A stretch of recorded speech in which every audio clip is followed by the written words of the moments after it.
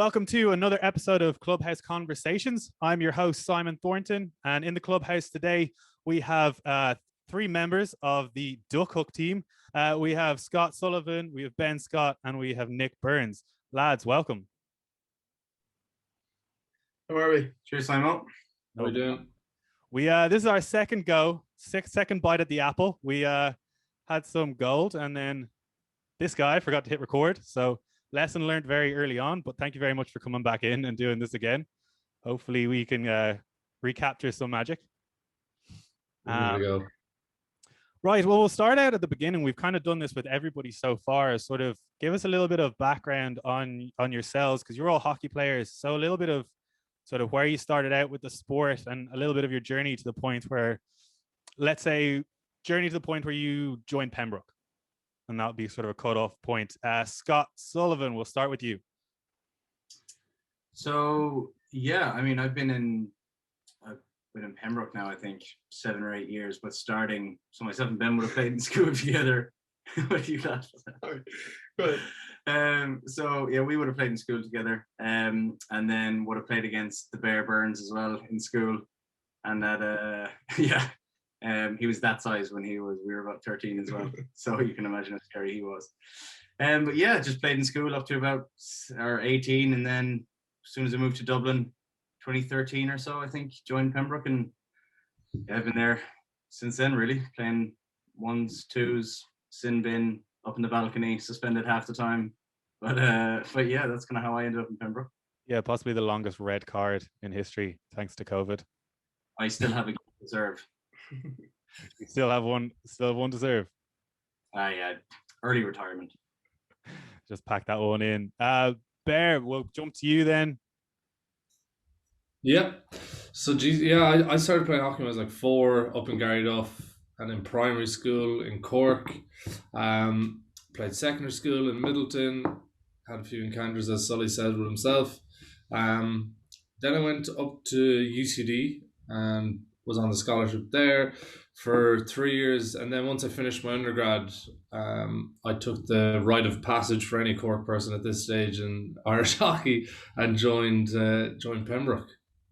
Class. And then Ben, how about you? I think you're the most recent addition to Pembroke. Yeah, no, I'm the newest. I think I joined about 2 years ago. Similar story to the lads. Played a bit of hockey, not as good as the other two, all the way up through school and that sort of stuff. I went to university over in Cardiff, played a bit of average hockey over there, gave it up for a couple of years, went to London, and then found my way to Dublin about 2 years ago, joined Pembroke, and I've been in the bar ever since. So I'm just waiting for my chance to get back there after COVID. Story checks out. It started with a very hot Dusseldorf, didn't it? Was that the first? Yeah. Somehow I got dragged into a ones trip to Dusseldorf. And I definitely wasn't there for the hockey playing anyway. Definitely the pointing. So tell us a little bit. So Cork, there's a bit of a rivalry down there, is there, between your two schools? Is that right? Or you just happen to be playing against one another? You wouldn't call it a rivalry now. Yeah. You're just probably the only 2 or 3 schools that played hockey in Cork. So I guess in that sense, it's a rivalry. But yeah, it was all love. It wasn't really a rivalry. It's more that we hated Nick. And that was just really...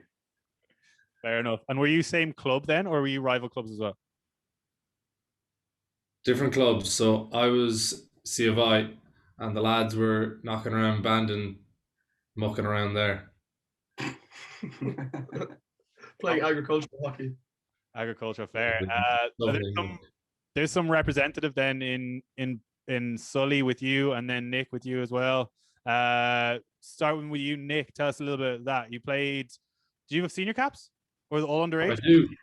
I do. So I played senior. I think I had 5 caps. And then I started under 16s. Probably helps that I was this size since then, for sure. Back when I wasn't as good a hockey player. I played 18s, under 21s. I'd say under 21s is the best fun playing international hockey.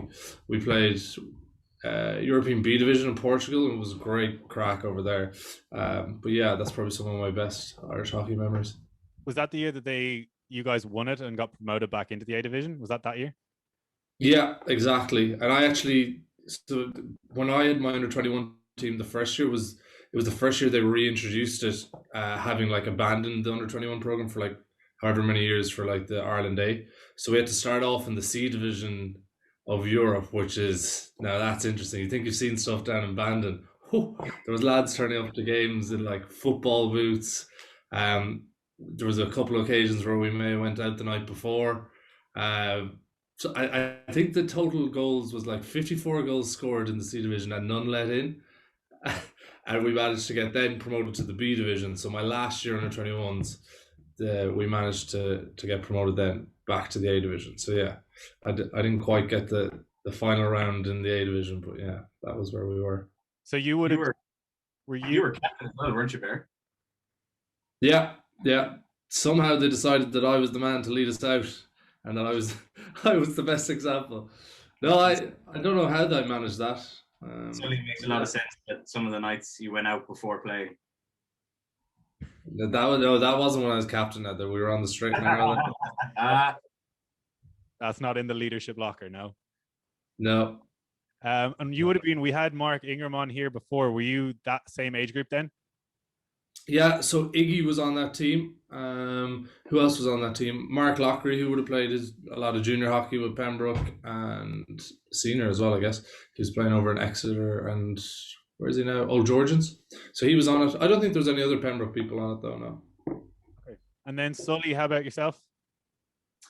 Mine was just 16s and 18s, so played the 2 years there. Only I was the year below Nick and Iggy, but I think we played 1 year together in my first year playing for Ireland when we were out in Scotland. But I was just 16s and 18s. I peaked at around 16 years old, and it's been a downhill slide ever since. So I suppose how maybe you got two different journeys. One where it kind of just stops at the end, and I think that'd be quite a similar story for quite a lot of players who think that they're going to go through. What was it that sort of took you out? Was it a lack of interest, or how did the end of that sort of come about? And then we might talk, because Nick, obviously you then stayed in for 21s and ended up getting senior caps. But so far, I think, Sully, you're the first one on who has been in the underage but then not progressed. Thanks for pointing that out, Simon. You're a gent. Also, Simon, if you just want to pass over, I've got a locker full of Munster caps, so we'll just throw that one in there and move on. Sorry, who's that?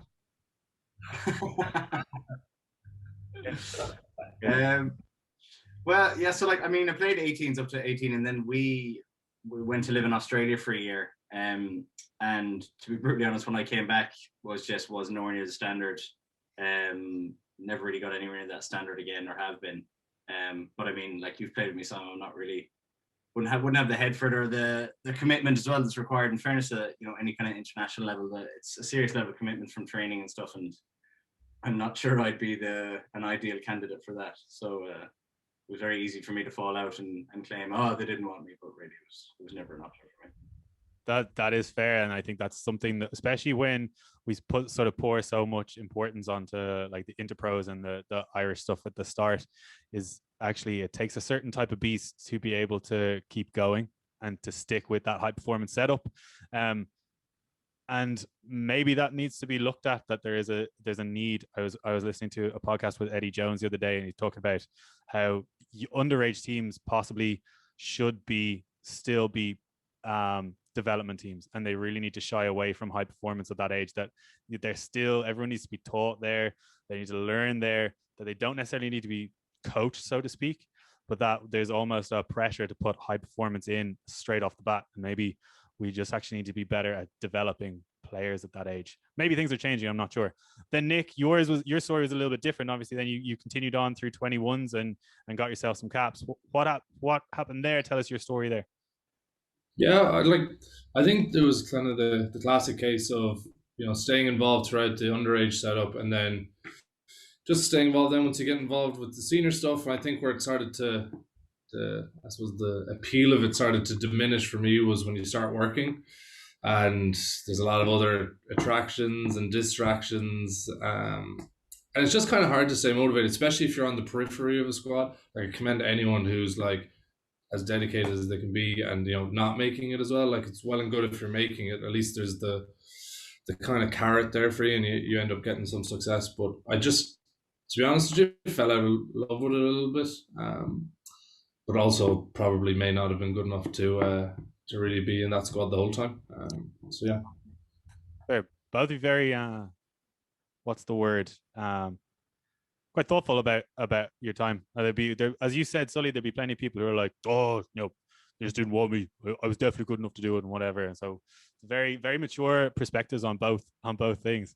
Simon, he's on the call. You don't have to rip the piss out of him while he's on the call. No, not at all. Ben, then we'll give you your little bite of the apple yourself. Tell us about your Munster caps. Look, there's a lot of them. I'm not going to bore anyone with details. There was goals, there was women, there was... Next subject. Brilliant. Well, okay, so we'll take it on a little bit then. Unfortunately, Ben, you're gonna shine when it comes to duck hook stuff. We'll stick with some of the hockey. Lads, highlights yourselves now over the last few years. You've both been first teamers for quite a while. Maybe so. Any highlights over the last few years that spring to mind in your previous years of playing with Pembroke? We'll start with you, Sully. Well, I got a lot of cards, so it's hard to pick out one that was my favorite card. But no, I mean, like, see, a lot of mine on the pitch. Like, obviously, my first year in Pembroke, we won the Junior Cup, which was brilliant. I mean, I was 18 or 19 at the time, you don't have to put your hand in your pocket because Pete Priestley's buying everyone drinks after winning the Junior Cup is great when you're that age and stuff. And so that was fantastic. But like recently, it's more the crack we have at training up in the bar, Saturdays after games. Like that's the kind of stuff that I remember most about, like after games and stuff like that. It's more than on the pitch. Like on the pitch is obviously great as well. But for me, like the best thing about Pembroke is the people. And like that's probably the one thing I miss the most at the moment with everyone going on. Yeah, fair. Nick, how about yourself? Yeah, like similar to Sully, but like it kind of irks me that we haven't actually won a major trophy since I've been here. Like probably a season that stood out to me was the year before I left to go play in England. Was that year we got to the Irish Senior Cup final, and we also got to the IHL or whatever they call it these days, AIL final. And like just the fact that we haven't managed to get anything over the line massively has been a bit of a letdown, and I'm really sad that like last year we didn't get a good lash at it because we have a serious team coming back together now. So I'm looking forward to getting back out there and actually creating some more memories. But yeah, to be honest with you, like Sully says, it's just the crack you have along the way is often what stands out the best for me. Yeah, and we're set up perfectly with like the clubhouse on the side of the pitch and everything. We've got the bar. Like I hope to get Rob on here at some point. I hope that we can shift these to the clubhouse as well. Like it's in the title. It was always part of our discussions when we were setting this up. Was we'd love to set this up with an armchair on either side in front of the window with the pitch in the background, and we'll sit down and record these in person. So hopefully we can get that. But like that's the thing. It's the social side and everything. But to your point, I think there's quite a few people. There have been some serious teams in the last, say, 10 years coming through the club that haven't ended up putting results on the board. And I think that if you get down to it, anyone of those players that's sort of been in there those last 10 years, maybe, I think probably feels pretty similar to you. I know Iggy was a little bit the same. He sort of signed off with that message of like where he wanted to take the place, take the club, and that was sort of the sentiment of like we need to get back to sort of where the club was. Well, then jumping on, actually, you spent a little bit of time away as well. You mentioned it there. You're in Old Georgians. What was that experience like? Yeah, that was class. Like I kind of just joined the club for the sake of getting to know people. When you go abroad, it's just so nice to have a sport that you can immediately have pints with people, get to know people. But it turned out that I joined like what I'm going to call the Man City of hockey. There was just a serious amount of like signing players, and ended up playing with some serious like ex-Olympians like the likes of Ashley Jackson, current Olympians, your man Sam Ward, and we were in the second tier of England and got promoted to the top division, the Premier League, without losing a game. So there was some great memories there. Good people I met along the way there as well. Anything that you'll take back, because that you haven't got to play a season back in Pembroke since you've been there, have you? That would have been this season. No, I got one. So this season would have been my second season back. Okay. What would you say is the one of the biggest lessons that you took away from being over there and being involved in that setup with those sort of high performers? Yeah, I guess it's just about like getting a group of people together who are willing to dedicate themselves to getting to where they want to be. So like, it's well and good talking about it on podcasts like this or whatever, but like actually putting plans in place, they were really good at that. But one thing I did definitely appreciate coming back was actually the facilities that we have. Like they may have potentially a lot of money on the go, but they definitely didn't have the same level of facility. Like didn't have a clubhouse. They played in a school. So like just actually appreciating what was on offer in Pembroke, like it's probably second to none in Ireland. Really, the level of facility, and the bar is great. There's improvements coming, I believe. There's a lot happening. Yeah, Rob. Rob. It's key. It's those little bits. They're the little details. All right, we'll move away from hockey. Ben, you're about to come into your element here. All right, so Duck Hook. Tell us, how did this come about? We'll start with you, Ben, just because they've had all the airtime so far. Tell us, where did it come from? It's been a bit of a passion project just for the four of us. So it's obviously Scott, Nick, myself, and then my cousin William. William Morrow would be quite well known to a couple of the Lady Sixes. His name might ring a few bells from a few socials in the club. And I think kind of 13, 14 months ago, the start of COVID, we found ourselves obviously a little bit more time. And in the last couple of years, probably since I've come back to Dublin, we've been kind of throwing a few ideas around of what we wanted to do. And we went down a couple of different avenues of businesses and some that we won't mention, and thought about, and eventually we kind of settled on golf just because we all had an interest. I think at the end point of it was, look, if this does fail, at least we'll all have golf gear for the rest of our lives. And luckily, it's kind of kicked on a little bit more. It was, like I said, it was a side gig from all of us. I'm now doing it full time. I've kind of thrown in the towel at my job I was doing. So it's good that it's allowed us to do that. And I think the other three lads might not be too far away. Maybe not this summer, but maybe in the next kind of year, where hopefully they'll be on the same track. So we're lucky that it's kind of gone strength to strength per se, but kind of the next 6 months will be quite big for us and will tell us a lot about where we are going. Okay, first thing I'm going to jump in on is I think you need to tell us some of those stories because you've already told them on this before, and one of them is brilliant. So I think you need to tell us some of those previous ideas on what Duck Hook could have been. So there's a lot of things that Duck Hook could have been. One of them, which we tried to get up. Well, we didn't quite get it off the ground. We didn't try to get it off the ground. We got a load of samples of fake tan, basically because I'd seen this fit like Bally Body. Any of the women that will be watching or listening to this will know what that is. That thing sells like a bottle every 6 seconds. And I was like, if we can just market it well, get a good fake tan, get some good looking models, like what an easy sell. But Finding the models was the tough part. yeah. So that never really got off the ground. We kind of had the fake tan ready to go. We still have it sitting in our house. Maybe at a later stage, Duck Hook will bring out a bronzer or something. Who knows? A little kind of side item. Fair. Well, I think it's a good thing that you went with the golf thing. As you said, even just to have some golf gear for the rest of your life, you're covered. What a nice way to take the pressure off of its success. Even from here until like the last time we actually tried to record this, like obviously quite a lot has changed. You were still talking about doing a little bit here and there, and everyone was still in their jobs. So what's changed now that has like you've been able to go and quit your job, and now everyone else is thinking about it? So what sort of changed since Christmas that has really picked up?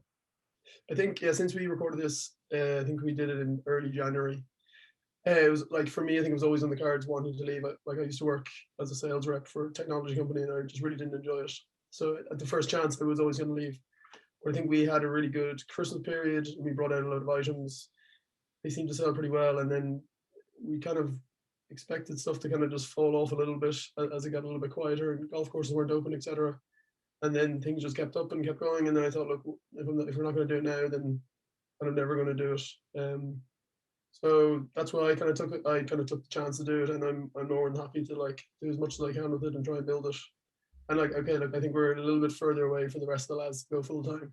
That's probably not that serious of a statement, but like in a year's time, a lot of things have changed since January to now. Like we're in the middle of April. So who knows in a year's time what could happen, but we're keeping our fingers crossed anyway. Yeah, absolutely. So I did jump ahead there just because you've been talking about it, but so we'll bring it back a little bit. Like there's a lot of other golf brands out there. Apart from, you know, just having a clothing collection yourself, what sort of what was the need for, say, Duck Hook here? Where did you see the gap and the target? And Sully, if you want to jump in on this, and then or Nick, whichever, if whoever's happy answering this. Yeah, so when it originally started, I think one of the big things that Ben mentioned was that, you know, we obviously tried all these other ones, but we didn't have an interest in it. I mean, yeah, we thought we could sell fake tan, but none of us obviously had an interest in it. But when it was golf, we all had this big interest, and we were sitting there thinking, you know, that a lot of the times you have to pay, you know, outrageous amounts of money for the bigger brands in golf, and there was no smaller brand, or there were smaller brands, but ones that we didn't really feel fit what we were looking for in golf apparel. And that was kind of where the initially started, and we were, you know, just kind of looking at it and tinkering and trying to figure out what our products might look like, or what, you know, our brand, our vision might be like.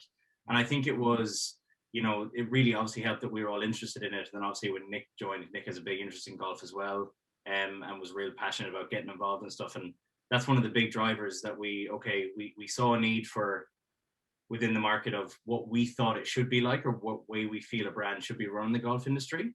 And that's kind of was the big driver when we started it. So that was probably the big thing behind it. But it was trying to make good quality clothes, but not paying an outrageous price that, you know, we feel a lot of the time you have to pay in the golf industry. Yeah, it's kind of like I'm no bugger all about golf, but that is one thing that I have come across on numerous times. It's very high price points for even just for clothing, like a normal Under Armour polo, and you're already looking at 50 quid for a polo, and it jumps. That's key, probably, that sets you apart. Nick, then with that being said, how do you then go about your sort of creative process now, in terms of how you pick out your styles and stuff, and maybe even Ben, I know you're the style guru in this group, so maybe you can jump in here too and tell us a bit more of the early days of sort of product design and development. Yeah, I mean, I'll start off, Sharon. If you want to jump in with anything I miss, feel free. Well, first of all, our decision-making process is very flat, i.e. you don't often have to run things by many people. So, like, there's serious chance for us to just try things out. Like, we all have similar-ish styles, and I think we have a good idea of what we're trying to actually create, and like the brand has a bit of a style in itself, which is important, and kind of needs to stay true to what it is. So yeah, it's really just a case about coming up with ideas, you know, in terms of creative. I wouldn't say any of us are, well, I'm certainly not a creative driven person, but it's, you know, you do have a good sense of what you're trying to achieve, what you're trying to release. So it's just about trying things out. Like Ben's wearing a sample right now. Like, doesn't mean necessarily we're going to release something like that, but like there's constantly us thinking of ideas, getting samples, seeing if we like them. If we do, great. If you don't, who cares? So like we have a good attitude towards doing things like that. So I think that's important as well. We're not getting hung up on any little mistakes we might make. Yeah, I think. Sorry, Ben, go ahead. No, I was just going to say kind of what Nick said. And we, at the beginning, you obviously don't have a lot of money to do what you're doing, and you take a little bit more of a risk. Now that you have a few sales, you can afford to put a lot more money into samples and really refine down what you want. So like we launched with 4 polo shirts, and polos are pretty safe bet to begin with. Then we extended to quarter zips, and now we're doing shorts and trousers and all these things that are a little bit riskier and take a little bit more time to refine. But as you kind of progress forward and hopefully your sales grow a little bit, it gives you the freedom to be able to go out and do that. So like luckily, I think we haven't made too many big mistakes along the way. So it's all been a gradual build rather than a sudden skyrocket. And the way you release things certainly initially at the moment is kind of drops of blocks of stuff. And is that kind of giving you a little bit more freedom to experiment? It's like, we'll do this lot, and here's one sort of little experiment. if it works, we'll bring it back in future. Because you're starting to see now in April, what you're a year on now, you're starting to see re-releases of stuff. I think you just re-released was it the jumper you're wearing, Nick? Yeah, this we like restocked this and released it in a different color. So like a lot of that stuff's kind of like ever evolving, where like you realize something's working and you're like, okay, let's get some more of those, or try put a slightly different twist in it, and then maybe some slightly larger blocks of releases where we try new things, like for instance shorts and trousers, and giving a kind of a wider set of offering. So yeah, it's kind of a mix between the two of kind of restocking what's going well, trying to find the balance of actually having something there to be sold. Like, so stock management is definitely a tough learning. But yeah. And then do you think the fact that sort of you have this freedom to be creative and to try things do you think that's one of the things that is going to set you guys apart, because you have that freedom? Yeah, like I think in comparison to big corporate brands that are trying to do this, they're ordering stuff in such big stock because they are selling it to such a vast quantity of people. They can't take that big a risk on a certain crew neck jumper, because if they don't sell, then they're stuck with this big stock, because we don't have to order that much of it and we're growing at the moment. That's obviously a challenge we will face eventually, but at the moment it means that we can be pretty versatile and kind of create a load of different things, see what works, and then bring out, like, continue to produce stuff that does work and just drop the stuff that doesn't. Like, we are the manufacturer that we get our stuff off also does it for another large brand in the golfing world. So we are 100% confident in all the quality of it. You know, it's just as good as everything out there, just that we can put our own spin on it and make it different to what's being offered. Absolutely, yeah. And then, Sully, what sort of tell us a little bit about what's coming down the line without revealing any insider secrets. What do you hope for next, or what's the current plan in place, and what do you hope will come down the line? Like, I think Nick kind of mentioned one of the big things for us is to have a full offering. I mean, you know, eventually, as all big golf fans, what we'd love to see is, you know, someone on tour wearing head to toe duck hook. But before you get to that stage of, you know, sponsoring any kind of player or athlete in any kind of way, you need a full offering. So as Nick mentioned, we're now kind of looking at shorts, trousers, jackets, you know, just kind of all areas of apparel that you need to have that full offering. So it's kind of, that's even further down the road. Like, we're getting ahead of ourselves. Like, the big first thing is, a lot of people have been locked up in their houses and waiting for the 26th to actually get out in the course. So we're hoping for a big kind of back to golf period, and then obviously leading into the summer, and, you know, hopefully a big summer, and then after that we'll go from there with that. But it's all really leading up to having a full offering, and then hopefully driving that on. Yeah. Did you see a spike with the Masters, and then now coming in the timing of the golf courses opening up? Like, they're sort of within a month of one another. Have you seen like a boost from the two of them sort of coming together? Yeah, absolutely. And like, I think you could, you know, if you bring it back to hockey, like, you know yourself, Simon, that even before preseason or before training, you'd be thinking about buying some new pair of Astros or a new stick or grip or whatever it may be. It's the same in any sport you play. There's always that excitement before you're getting back to playing it. Golf is a funny one because it's obviously, you can play all year round. Normally there's no COVID or pandemic that's keeping you, you know, within the 5K, and the courses are closed. So yeah, there's the kind of almost a pent up energy of people can't wait to get out in the course, and we see a lot of people who are, you know, interacting with us on our, you know, through any platform or after they've purchased, saying, look, counting down the days to the 26th and can't wait to get out and wear the gear on the course. And then obviously when you throw that in with the Masters being only a few weeks before the courses open up again, it's kind of like golf fever. So we're hoping to kind of reap the rewards of that and kind of drive as much, you know, as we can on all our platforms, and see how that kind of, you know, positively impacts us. I think just a good point on that is we ran a competition. It was back in October when the golf courses were open. Obviously, we were only just getting started then, but I think we got about 200 to 300 entrants. And obviously, we ran one then in alongside the Masters this time, and obviously we've grown a little bit our following, but we got something like maybe 3,000 entries into it, which is kind of massive for what we were doing. We thought we were lucky to get 1,000. So to get 3,000 into it, I think it just shows that people are so keen just to get back to golf and just have something to do. Like it's so I think it has kind of worked out quite well. As much as COVID has probably impacted our business, people not playing golf and wanting to buy stuff all the time, it has also led to this. People are just kind of sat at home waiting to get out there. Yeah. Oh, sorry. Go ahead, Nick.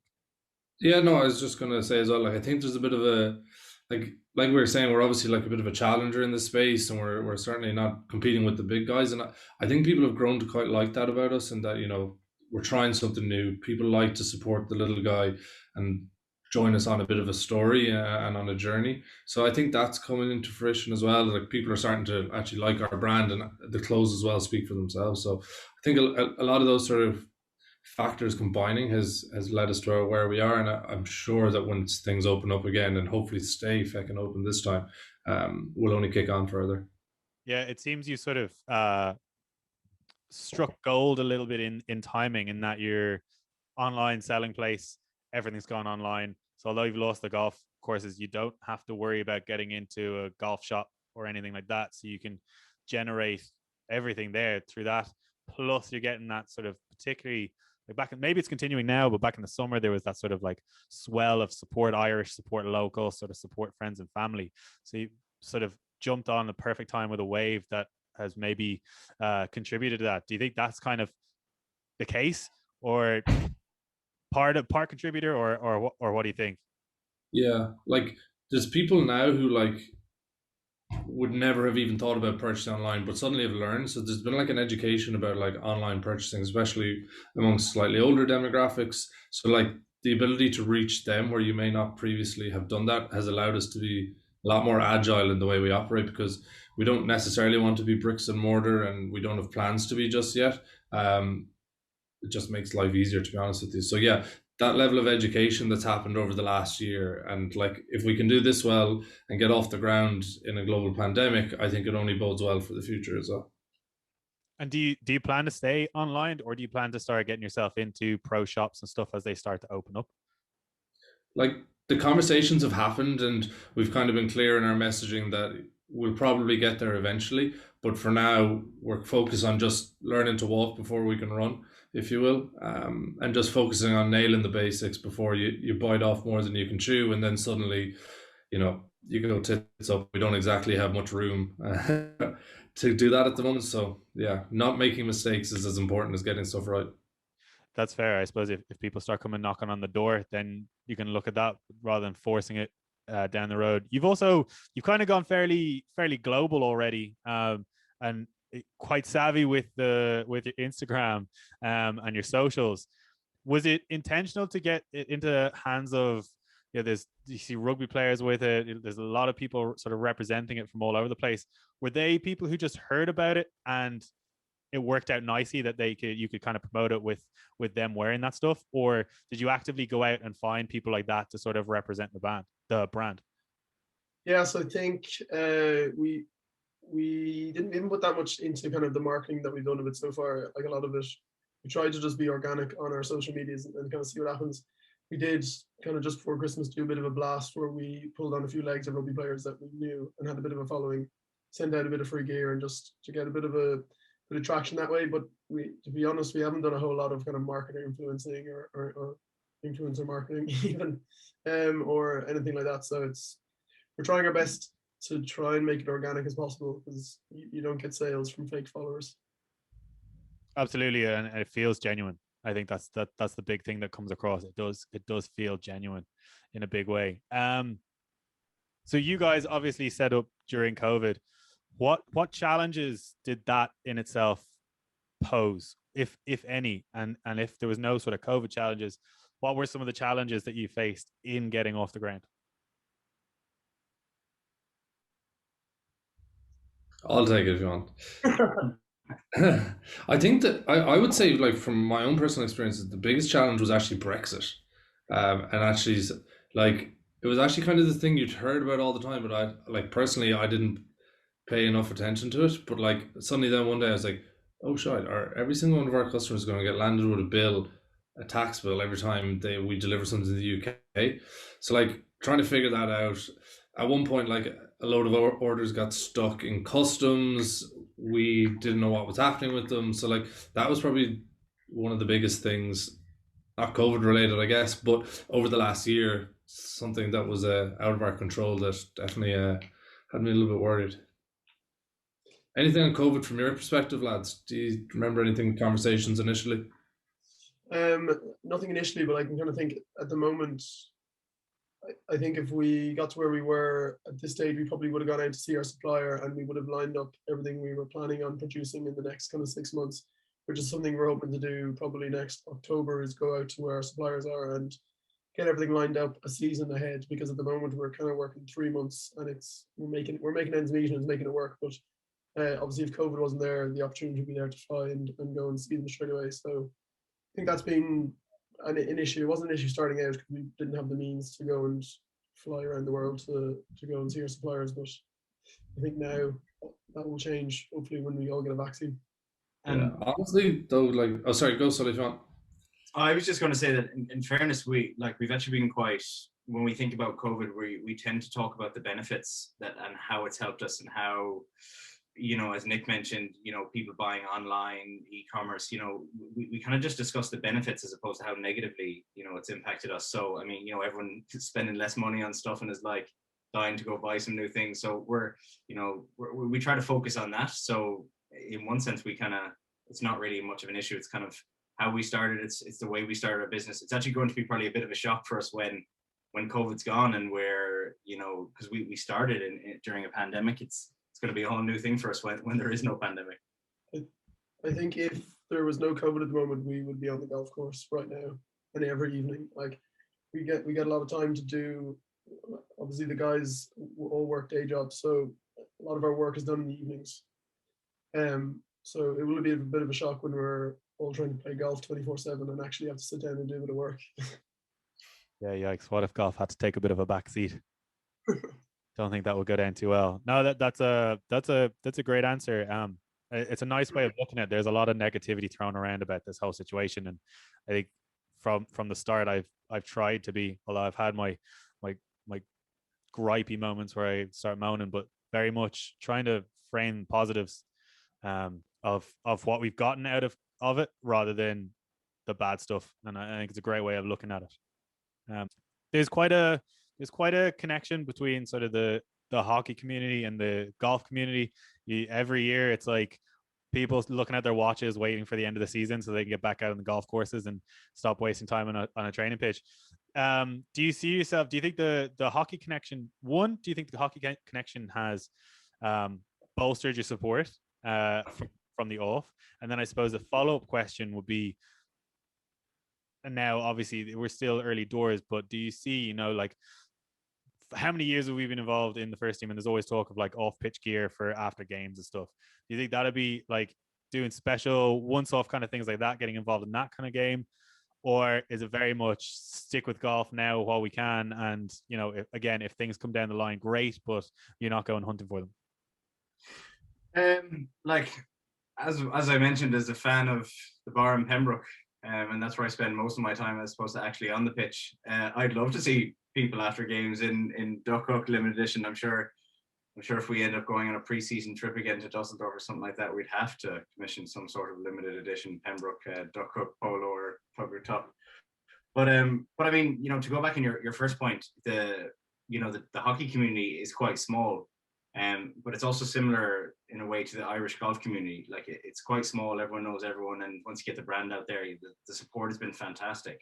But the crossover has also been fantastic from, even people within Pembroke have obviously supported us, and then the likes of some Irish internationals and Shane O'Donoghue, Matthew Bell, some of those guys who obviously play golf as well have supported too. So there's a brilliant kind of support network, and funny enough, one of the best things we find about starting a brand is when you start, you obviously know every customer who comes in, you can see their name and you end up remembering their names.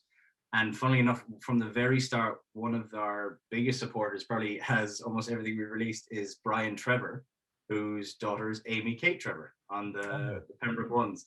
Now, I don't know if he knew the connection beforehand or if it just, funnily enough, ended up that way, but it's just quite funny how it all kind of circles back in and the two kind of communities mingle in that way. So they're quite similar.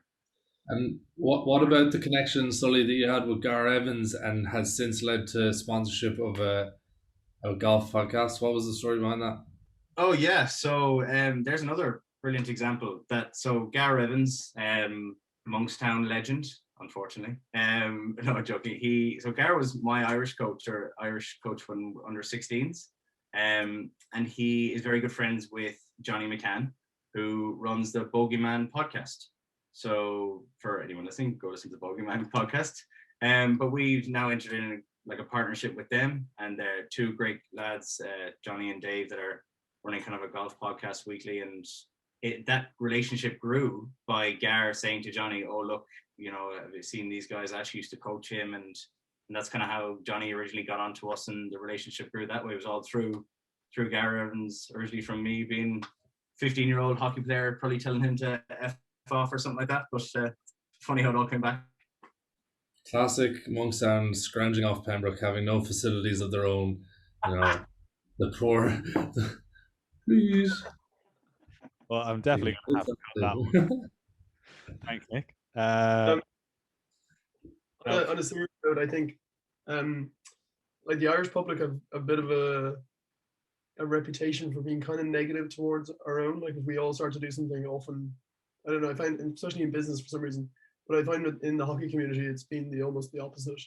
Like the amount of hockey players who popped up who, like, I didn't play that much hockey, but like guys I played against underage for Ulster and Leinster coming in buying like a lot of stuff, and like repeat buyers, not just doing it for a once-off support. So it's really tight-knit community, I think, and we've been really, really thankful for it. Yeah, there's an element of begrudgery that goes about of like, oh, look at him over there doing well, and feck him, you know. And it is definitely, there's a very much a vibe of support your own in hockey, and the more people that can rise up, the better. Even you see like players come in from other countries, it's like straight away we're like, oh, we can all help with the job, or we can help and support. And I think that's probably one of the biggest things about the hockey community. Sammy Dowling was on here a few episodes ago, and he was talking similar. Like he wants to get his kid involved because of the community that you have in Pembroke and hockey in general around the country. It really is a great thing. And to be honest, it leads me on to my final question. And it's something I've wanted to introduce now the last few times, and we're only getting to it now. But I suppose there is that sort of connection between both personal business lives and sport. And I suppose for each of you, what would be a lesson or a takeaway that you have brought into your business life or personal life, either Duck Hook or in your own work and stuff? Maybe the biggest lesson that you've taken from sport that's transferred over into that realm. Nick, we might start with you if you've got one ready. Otherwise, someone jump in, but we'll go through all three of you. Yeah, and I think the one thing that's really just a lesson that's been learned throughout this last year is kind of just to not go it alone. And like there's such support around you, go look for it, go ask questions of people, get introductions. We've just talked about how small the Irish hockey community is, the crossover with other stuff. So like leverage that. Like don't be too big for it. Be humble in the fact that, you know, other people can help you. Go seek it. You know, you don't know everything yourself. So yeah, the last year has just taught me that like there's so many interesting and cool people in my network and the lads network that we can leverage, and everyone has been willing to have a chat. Everyone's more than happy to see us trying to succeed. So yeah, that's been the biggest lesson, is really like my day-to-day job. Like I speak with people in the UK, all this sort of stuff, and it can be quite insular and you never get to connect with your own local community. So I think just that's kind of brought me back to, you know, who I know, my network, and who's willing to help. Good answer. I'm going to piggyback on Nick's and just say, like, at the very beginning of this, it was just myself, Scott and William, and then Nick obviously was like, look, I'd love to get involved. And we said to Nick, he was so keen on it, and like, we haven't looked back since. It's been great having Nick involved. And I think probably going out on that, like, if you have an idea but you don't know where to start, there's like plenty of people have the same idea that they, or not the same idea, but they have the same feelings of wanting to start something or do something a little bit different. So I would say go out and ask people, because if Nick hadn't come and said to us, then this wouldn't have got to where it was, and I'm sure Duck Hook wouldn't be as good as it is now if Nick hadn't got involved. So I think go out and ask people to tell people your ideas, talk to people about different things. Like there's a community out there of creators. Absolutely. And Sully, then finish with you. Yeah, I mean, the two lads kind of really hit the nail on the head with those. I mean, the one for me as well is Ben kind of alluded to it earlier, that the failure thing was, if this all goes, as Nick said, tits up, at least we have golf gear for the rest of our life. Like that was the fallback. I also think then when we discuss it, like similar enough in the sport, that we realized that we weren't really afraid to fail. It was kind of like we'd rather give it a go and give it 100% and try and see where this can go. Like, I mean, Ben is the first one of us to make the decision to, leave his job to try and now do this full time and really give it, 100% and see, because you don't want to be looking back in 10 years time if we did it at a half-assed job of it and go, look, having major regrets about it. So I think that would probably be the big one, is not really being afraid to go 100% into it and trying to see where we can take this over the next couple of years. And, obviously if we end up being one of that tiny percent of people who get to make their passion, their job every day, for me, we succeeded if we're able to do that, It's a brilliant answer, Sully. I think it, especially from playing, you get that. It's like there's nothing worse than coming off a pitch, losing a game that you knew that you did not put everything into. And there's nothing worse than that feeling. You come up and you've gone, wow, like I emptied the tank there, and what, they were just better than you. You can kind of settle for it. There's always that little bit of competitive side in you. But I think to be able to carry that then over into the freedom to just go out on a limb and take this on, I think is a huge lesson. It's a great one that I think a lot of people could take on. Lads, tell us, where can the people find you? Socials, website, etc. Give us your details. So you can, we're on all the socials. We're on Facebook. Just type in Duck Hook, Instagram, Duck Hook, Twitter, TikTok, LinkedIn, MySpace. You know it. We'll be there. Find us, the Content Kings.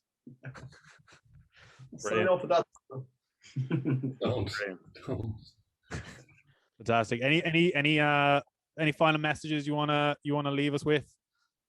Just thanks to all the Pembroke people who've supported, and shown an interest for sure. We've definitely seen it. So yeah, really just thankful for everyone. Thank you, Simon, as well, for having us on, allowing us to air our weird thoughts. My pleasure. We've had loads of support from everyone in Pembroke. And I think me and Scott were saying the other day, there's always one person that sticks out, and we're not even sure if he plays golf. But Matty Tracy was there on the day we launched and bought a couple of things. And he's been back a few times since, so we don't even know if he plays golf, but that's all the support, and it's been throughout the club, so we really appreciate that much. Matty Tracy is some man. Sully, final word from you. Yeah, I mean, Matt Tracy's one, but there have been numerous people in Pembroke who who we could mention, who we thank, and we do really, really appreciate the support. And there's been various people as well, customers who've come to us and said they've heard of our brand from someone in Pembroke. So we know there are people in Pembroke as well telling their friends and family, and we really do appreciate it.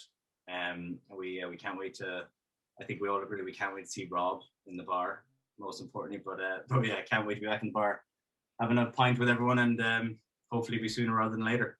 Yeah, fingers crossed. Lads, you've been brilliant. Thanks for coming on and doing this a second time. Guys, if you've enjoyed this interview, show us by hitting the like button and subscribing to the channel. I've been your host, Simon Thornton. Thank you for watching. Join me next time for another Clubhouse conversation. Peace. Lads, thank you very much. I appreciate it. It was a little quicker than the last one. Cheers, Simon.